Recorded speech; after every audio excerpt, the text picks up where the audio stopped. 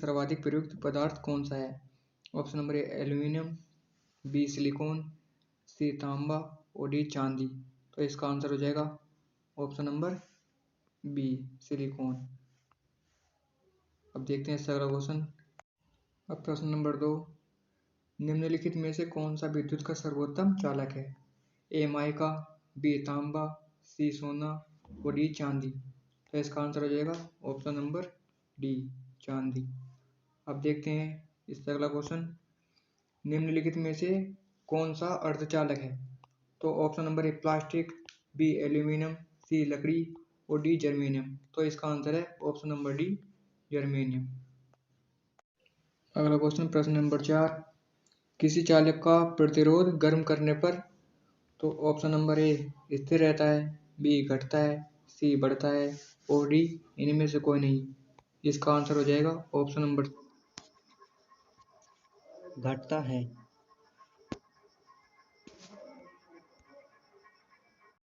Question number 5, CFL का पूर्ण रूप क्या है? A compact fluorescent lamp, B centrally fix lamp, C chemical fluorescent lamp और डी कंटेस्ट फ्लोरेसेंट लैंप। तो इसका आंसर हो जाएगा option number A compact fluorescent lamp. अब देखते हैं इसका क्वेश्चन नंबर 6, एक सुरंग में 100 वाट क्षमता वाले 5 बल्ब लगातार 20 घंटे तक जलाए जाते हैं, तो संपूर्ण विद्युत कितनी खर्च होगी? तो इसका जो सूत्र है वो है किलो गुणा वाट गुणा घंटा बटे 1000। तो हमारे पास किलोवाट तो आ गई 100, बल्ब आ गई 5 और घंटे आ गई 20। तो इसका आंसर हो जाएगा 100 गुणा 5 गुणा 20 बटे 1000। क्वेश्चन नंबर 7, मोबाइल चार्जर होता है? Option number A inverter, B एक UPS, सी एक ऊंचाई ट्रांसफर और डी एक अपचाई ट्रांसफार्मर। तो इसका आंसर हो जाएगा ऑप्शन नंबर डी एक अपचाई transfer. Question number 11, super conductor की चालकता कितनी होती है? ए 0, बी असीमित, सी कम और डी अधिक। तो इसका आंसर हो जाएगा बी असीमित अनंत। अगला क्वेश्चन नंबर 12, बैटरी का आविष्कार किसने किया था? ए फैराडे, बी वोल्टा, सी मैक्सवेल और डी रोइचेन। तो इसका आंसर हो जाएगा ऑप्शन नंबर बी वोल्टा ने। अगला क्वेश्चन है क्वेश्चन नंबर 13, फ्लेमिंग के दाएं हाथ का नियम का प्रयोग किस दिशा का पता लगाने के लिए? क्वेश्चन नंबर 13, फ्लेमिंग के दाएं हाथ का नियम का प्रयोग किस दिशा का पता लगाने के लिए किया जाता है? तो ऑप्शन नंबर ए प्रत्यावर्ती धारा, बी दृष्ट धारा, सी प्रेरित धारा और डी वास्तविक धारा। इसका आंसर हो जाएगा ऑप्शन नंबर सी प्रेरित धारा। देखते हैं अगला क्वेश्चन नंबर 14, आपस में जुड़ी दो आवेशित वस्तुओं के बीच विद्युत धारा नहीं प्रभावित होती यदि वे हों ए आवेग पर, बी समान धारिता पर, सी समान प्रतिरोधकता पर और डी समान विभव पर। तो इसका आंसर हो जाएगा ऑप्शन नंबर डी समान विभव पर। अगला क्वेश्चन नंबर 15, घरेलू विद्युत तार स्थापन होती है ए श्रेणी संबंध में, बी समांतर संबंध में, सी श्रेणी और समांतर दोनों संबंधों में और डी दोनों में से कोई नहीं। तो इसका आंसर हो जाएगा ऑप्शन नंबर समांतर क्रम में।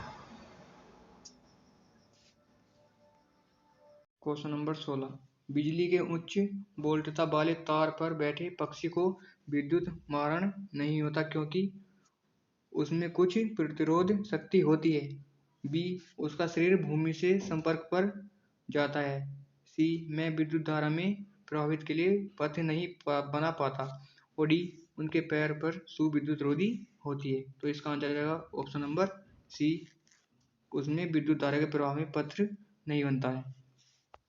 क्वेश्चन नंबर 17, निम्नलिखित में से कौन धातु चुंबक द्वारा आकर्षित नहीं होती? ए लोहा, बी कोबाल्ट, सी एल्यूमिनियम और डी निकेल। तो इसका आंसर हो जाएगा ऑप्शन नंबर सी एल्यूमिनियम। अगला क्वेश्चन है क्वेश्चन नंबर 18, मानव शरीर का प्रतिरोध शुष्क दशा में कितना होता है? ए 10 ओम, बी 100 ओम, सी 1000 ओम और डी 10,000 ओम। इसका आंसर हो जाएगा ऑप्शन नंबर डी 10,000 ओम। यदि व्यक्ति भीगा हुआ होता है तो उसका प्रतिरोध 1000 ओम के आसपास हो जाता है। अब देखते हैं इसका अगला क्वेश्चन, क्वेश्चन नंबर 19। विद्युत धरती का क्या कार्य है? ए विद्युत आवेश की उपस्थिति की पहचान करना, बी स्फुलिंग उत्पन्न करना, सी आवेश के परिणाम को निश्चित करना और डी इलेक्ट्रॉन का आवर्धन करती है ताकि वे दृश्य हैं। तो इसका आंसर हो जाएगा ऑप्शन नंबर ए। Question number 20। द्रव्य में चुंबकत्व का कारण होता है। ऑप्शन नंबर ए शांत इलेक्ट्रॉन, बी शांत प्रोटॉन, सी इलेक्ट्रॉन की बढ़तुल गति और डी सभी शांत न्यूट्रॉन। तो इसका आंसर हो जाएगा ऑप्शन नंबर सी इलेक्ट्रॉनों की बढ़तुल गति। और इससे अगला क्वेश्चन, क्वेश्चन नंबर 21। बड़े बड़े भवनों में विद्युत चालक लगाए जाते हैं। तो ऑप्शन नंबर ए टीवी फोन आदि के लिए एंटीना जैसी सेवा देने के लिए, बी आवेशित बादलों का प्रतिकर्षण करने के लिए, सी आवेशित बादलों को उदासीन करने के लिए और डी बादलों में आवेश हटाने तथा उसे जमीन तक गुजारने के लिए। तो इसका आंसर हो जाएगा ऑप्शन नंबर डी बादलों से आवेशित हटाने तथा उसे जमीन पर गुजारने के लिए। 22। बैटरी के धनात्मक ध्रुव से जोड़े गए इलेक्ट्रोड को क्या कहते हैं? ए एनोड, बी कैथोड, सी आयन और डी कुछ नहीं। तो इसका आंसर हो जाएगा ऑप्शन नंबर ए एनोड, जो धनात्मक पर जोड़ा जाता है और जबकि कैथोड ऋणात्मक को जोड़ा जाता है। Question number 23। ट्रांसफार्मर का उपयोग निम्नलिखित में से किस उद्देश्य से किया जाता है? ए प्रत्यावर्ती धारा को दिष्ट धारा में बदलने के लिए, बी डीसी को एसी में बदलने के लिए, सी प्रत्यावर्ती धारा विभव को ऊंचाई तथा अपचयी करने के लिए, डी दिष्ट धारा प्रवाह को ऊंचाई करने के लिए। तो इसका आंसर हो जाएगा ऑप्शन नंबर सी। अब देखते हैं अगला क्वेश्चन, क्वेश्चन नंबर 24। निम्न में से कौन सा एक विद्युत रोधी नहीं है? ए लाख, बी सीसा, सी चारकोल और डी एवोनाइट। तो इसका आंसर हो जाएगा ऑप्शन नंबर सी चारकोल।